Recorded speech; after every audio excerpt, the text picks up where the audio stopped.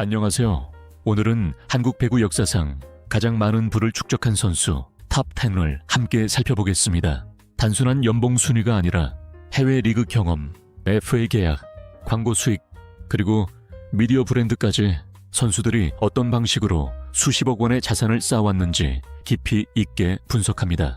여러분이 예상한 이름이 있을 수도 있고 전혀 의외의 인물이 상위권에 있을 수도 있습니다. 과연 한국 배구계의 진짜 부자는 누구일까요? 지금부터 함께 확인해 보시죠. 탑 10 여우현, 리베로의 교과서, 철인이라는 이름의 자산. 한국 남자 배구 역사에서 지속성이라는 단어로 설명될 수 있는 유일한 인물이 있다면 바로 여우현일 것이다. 그는 4년이라는 전례 없는 선수 생활을 이어오며 코트 위의 시간과 수입을 동시에 누적시킨 살아있는 기록 그 자체다. 리베로라는 포지션 특성상 공격수에 비해 연봉의 절대치는 낮았지만 매년 중상위권 수준의 연봉을 단 한 시즌도 거르지 않고 수령한 선수는 오직 그뿐이었다. 최고 연봉은 약 3억 5천만 원에 불과했지만 24년간 누적된 실질 수입은 상상을 초월한다. 보수적으로 계산하더라도 그가 선수로 벌어들인 총 수입은 약 60억 원 이상으로 추정된다. 이를 기반으로 한 순자산은 약 35억 원에서 45억 원 사이. 이는 고연봉 공격수 몇 명과 어깨를 나란히 하는 수준이다. 중요한 건 그는 광고도 없고 외부 수익도 거의 없이 이 자산을 쌓았다는 점이다. 은퇴 후에도 그의 수입은 끊기지 않았다. 2024년 공식 은퇴와 동시에 IBK기업은행에 수석 코치로 합류하며 고정 수입을 바로 이어갔다. 여우현의 커리어는 끊김없는 현역성이라는 독특한 강점을 기반으로 움직였고 그것은 그대로 끊김없는 현금 흐름으로 이어졌다. 검소한 생활 습관 또한 그의 자산 축적에 중요한 요소로 작용했다. 고급 수입차 대신 국산 SUV, 소비보다는 관리 중심의 삶, 화려함보다 실속, 단기성과보다는 장기적인 안정에 집중한 그는 한국 배구계에서 가장 현실적이고 실용적인 부자의 전형으로 자리 잡았다. 여우현은 기록보다는 결과로, 말보다는 커리어로 부를 증명한 선수였다. 그가 남긴 발자취는 단순히 오래 뛴 선수의 기록이 아니라 시간이 곧 자산이 될 수 있다는 배구계의 경제적 증거다. 탑 나이카, 신진식, 초창기 배구 스타의 품격, 전설이 만든 유산, 한국 배구의 황금기, V리그가 막 태동하던 그 시절 스타라는 단어의 정의를 가장 정확히 보여준 선수가 있었다. 그는 바로 신진식. 그가 존재했던 시기는 프로리그가 만들어지기 이전이었고 국가대표 유니폼을 입고 세계 무대에서 활약하던 시절이었다. 그러나 V리그 출범 이후에도 그의 존재감은 줄어들지 않았다. 2006년 그는 당시 최고 수준인 1억 1천만 원의 연봉 계약을 체결하며 B리그 1세대 슈퍼스타로 자리매김했다. 선수 생활 내내 삼성화재의 간판으로 활약했고 은퇴 후에는 곧바로 삼성화재의 감독으로 임명되며 제2의 커리어를 시작했다. 이 감독직이야말로 그의 순자산을 본격적으로 끌어올린 핵심 요소였다. 단연간 이어진 장기 계약과 성과급, 우승 인센티브 등을 감안하면 신진식의 누적 수입은 60억 원 이상, 보수적으로 추산한 순자산은 약 40억 원에서 55억 원 사이로 평가된다. 이는 은퇴 후 자산이 오히려 가속된 보기 드문 사례다. 그의 자산 구조는 매우 단단하다. 광고나 외부 예능 출연 없이도 안정적인 수입 구조만으로 충분히 높은 자산 가치를 유지하고 있다. 성실한 리더십, 구단과의 깊은 신뢰, 그리고 꾸준한 평가가 그를 흔들림 없는 경제적 위치에 올려놓은 셈이다. 신진식은 선수 감독이라는 전통적인 성공 경로를 가장 정확하게 실현해낸 인물이다. 그의 커리어는 화려하지 않아도 묵직했고 단기 수익보다 장기 생존과 구조적인 안정에 중점을 두었다. 오늘날까지도 그는 해설, 기술위원회, 지도자 커뮤니티 등 다양한 영역에서 활동을 이어가고 있으며 이는 그의 자산 구조가 당위 수입에만 의존하지 않음을 보여준다. 신진식이라는 이름은 이제 단순한 스타가 아닌 배구계에서 가장 균형 잡힌 자산 모델 중 하나로 기억될 것이다. 탑 8 문성민, 해외파 슈퍼스타에서 예능형 부자까지 멀티플레이 자산가.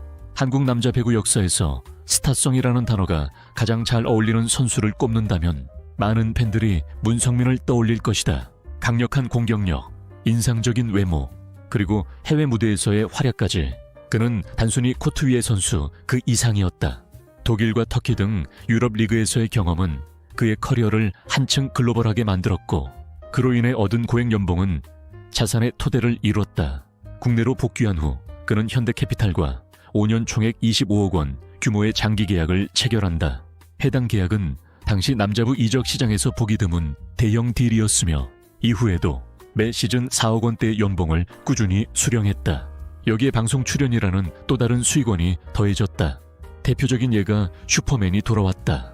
그는 가족과 함께 예능에 등장하며 배구팬은 물론 일반 대중에게까지 큰 호감을 얻게 된다.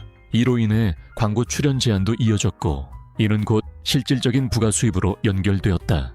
이처럼 문성민의 자산 구조는 배구 선수 중에서는 드물게 경기 수입 플라, 미디어, 수익 플라, 브랜드 가치라는 세 축으로 구성되어 있다. 순수 연봉 외에 다양한 외부 수익이 복합적으로 작용한 것이다. 이에 따라 그의 추정 순자산은 약 42억 원에서 47억 원 사이로 평가된다. 물론 후반기 커리어에서는 부상과 경기력 저하로 인해 연봉이 다소 감소했지만 전체 커리어 동안의 총수익은 여전히 상위권에 속한다. 특히 은퇴 이후 방송과 해설 등 다양한 영역으로 확장할 수 있는 기반이 마련되어 있다는 점에서 그의 자산 가치는 향후에도 일정 수준 이상을 유지할 것으로 보인다. 문성민은 단순히 배구 선수로서가 아니라 브랜드화된 스포츠 스타의 가능성을 보여준 대표적인 인물이다. 탑7 이소영, 꾸준함으로 증명된 자산, 조용한 강자의 표본. 한국 여자 배구에서 이소영이라는 이름은 늘 묵묵하지만 확실한 중심으로 기억된다. 화려한 언행이나 대형 광고는 없지만 경기력 하나만으로 매 시즌 최상의 연봉을 받아온 선수. 그녀는 절대적인 꾸준함과 내실 있는 커리어를 통해 자산을 착실히 축적해온 대표적인 리그형 자산가다. 2021-22 시즌 이소영은 당시 최고 수준인 연봉 6억 5천만 원을 기록하며 IBK 기업은행과 계약을 맺었다. 이후에도 매 시즌 7억 원 수준의 연봉을 꾸준히 유지해오고 있으며 2024-25 시즌 역시 7억 원 내외로 평가받고 있다. 이러한 고정적인 수익은 당이 FA 대박에 의존하지 않고도 안정적인 자산 성장 기반이 되어왔다. 이소영은 공격력뿐만 아니라 수비, 리더십, 경기 조율까지 갖춘 전천후 레프트로서 팀 전술의 핵이었다. 그런 경기력이 꾸준히 리그에서 인정받았고, 그 결과 장기적인 고연봉 수령이 가능했다. 또한 과소비보다는 절제된 소비 성향, 비교적 안정적인 생활 스타일로 인해 실제 자산 보존율 또한 높다는 평가를 받고 있다. 외부 활동이 적은 만큼 수익 구조는 단순하지만 안정적이다. 광고나 방송 출연은 드물지만 팀 내에서의 신뢰도와 경기력 기반은 단단하다. 향후 은퇴 이후 지도자, 해설자 등의 커리어 확장이 가능한 점도 자산 안정성의 한 요소로 작용한다. 현재 이소영의 추정 순자산은 약 48억 원에서 55억 원 사이. 이는 단기적 FA 효과 없이 순수한 연봉과 경기력만으로 쌓아 올린 자산이다. 이소영은 오늘날 한국 여자 배구에서 과정이 곧 자산이라는 공식을 증명한 대표적인 선수다. 조용하지만 흔들리지 않는 그녀의 커리어는 젊은 선수들에게 안정된 성공의 모델이 되고 있다. 탑BX 김세진, 1세대 슈퍼스타의 유산, 선수와 감독으로 완성한 자산 모델. 한국 배구 팬이라면 누구나 아는 이름. 김세진, 그는 단순히 잘하는 선수가 아니었다. 그는 스타라는 개념 자체를 정의한 1세대 슈퍼스타였다. 특히 남자 배구가 프로화되기 전부터 전국적 인지도를 갖고 있던 몇 안 되는 인물이며 배구의 대중화와 상업화를 동시에 이끈 상징적인 존재였다. 그가 2005년 V리그가 출범했을 때 삼성화재 소속으로 연봉 1억 원 계약을 체결한 것은 단지 금액 이상의 의미를 가진 사건이었다.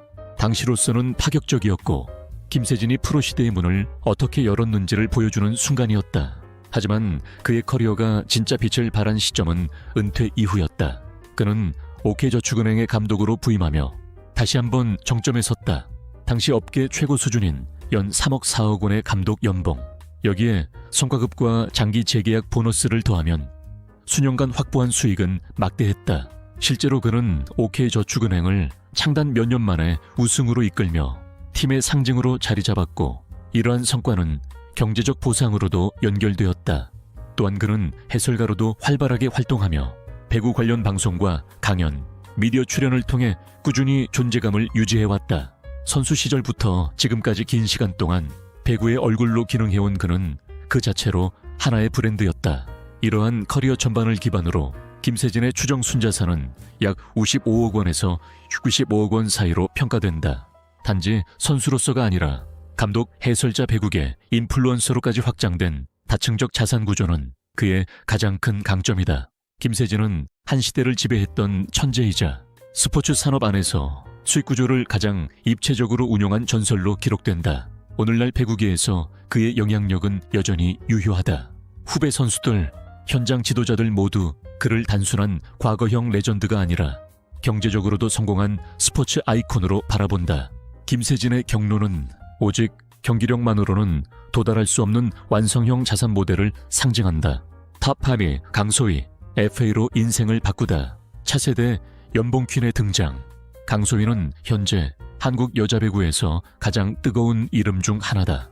단순히 경기력이 좋은 선수를 넘어 그녀는 시장을 움직이는 선수다. 특히 2024년 FA 자격을 얻은 그녀는 한국도로공사와 3년 총액 24억 원 계약을 체결하며 여자 배구 FA 역사에 길이 남을 딜을 성사시켰다. 이 계약은 연봉 5억 원에 옵션 3억 원이 포함된 구조로 최대 연간 8억 원에 달한다.